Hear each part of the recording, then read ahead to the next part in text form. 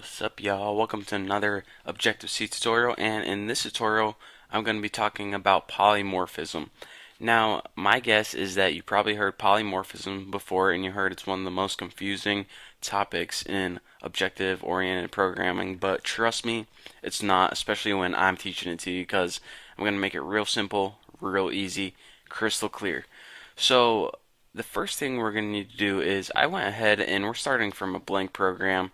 The only thing I typed in already is, all the housekeeping stuff.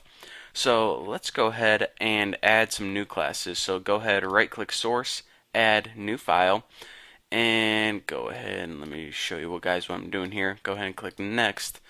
And I'm gonna have a numbers class and a characters class. Name the numbers class like nums or something like that.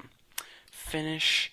And now we have a header for our numbers class. So first of all, we want to import from foundation, and let me see what time it is. Say 38, so now I know when I run out of time. Alright, so go ahead and import from foundation, tighten this up a bit, that's what she said.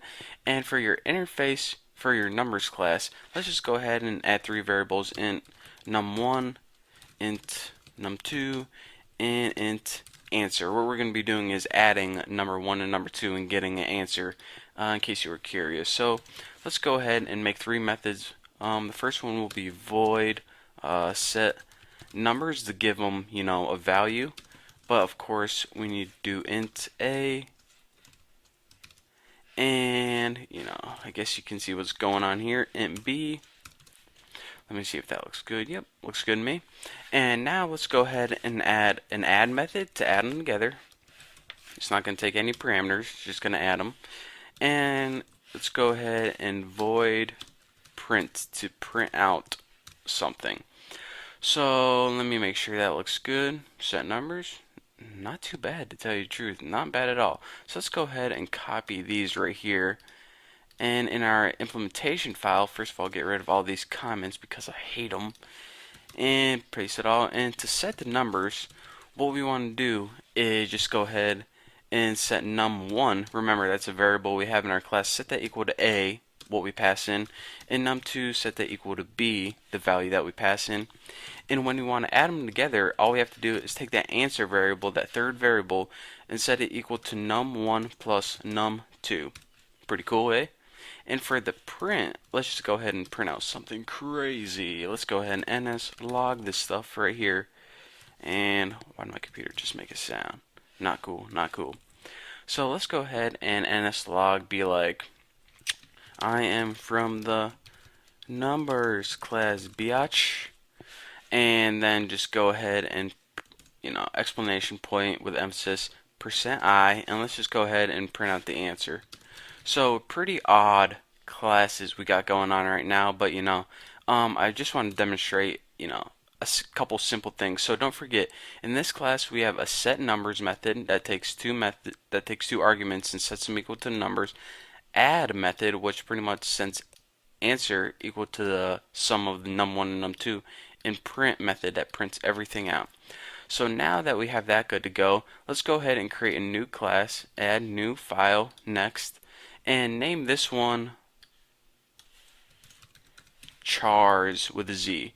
I don't like to name it my classes like numbers or characters because there might be a built-in method already, so I like to no one's going to build a method that includes a Z at the end besides me, so that's why I like to do this. So let's go ahead, foundation and foundation. There we go. And interface. That interface looks good so far. So for our interface, let's just have two variables, char, and I guess I didn't even mention this before. A char is pretty much a character like W or B. That's all it is. So that's what class we're going to be working with. Two variables in here, char C1, char C2. And let's just go ahead and add three methods. Void set chars, and we're going to be using a similar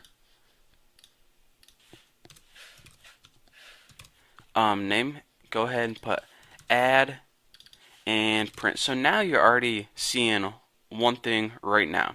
Alright, we have three methods in each class, the nums and the chars. But look, two methods have the same name. They both have add and print. Oh, I see. So, this can get confusing potentially later down the line. So anyways, that's what we're going to be talking about.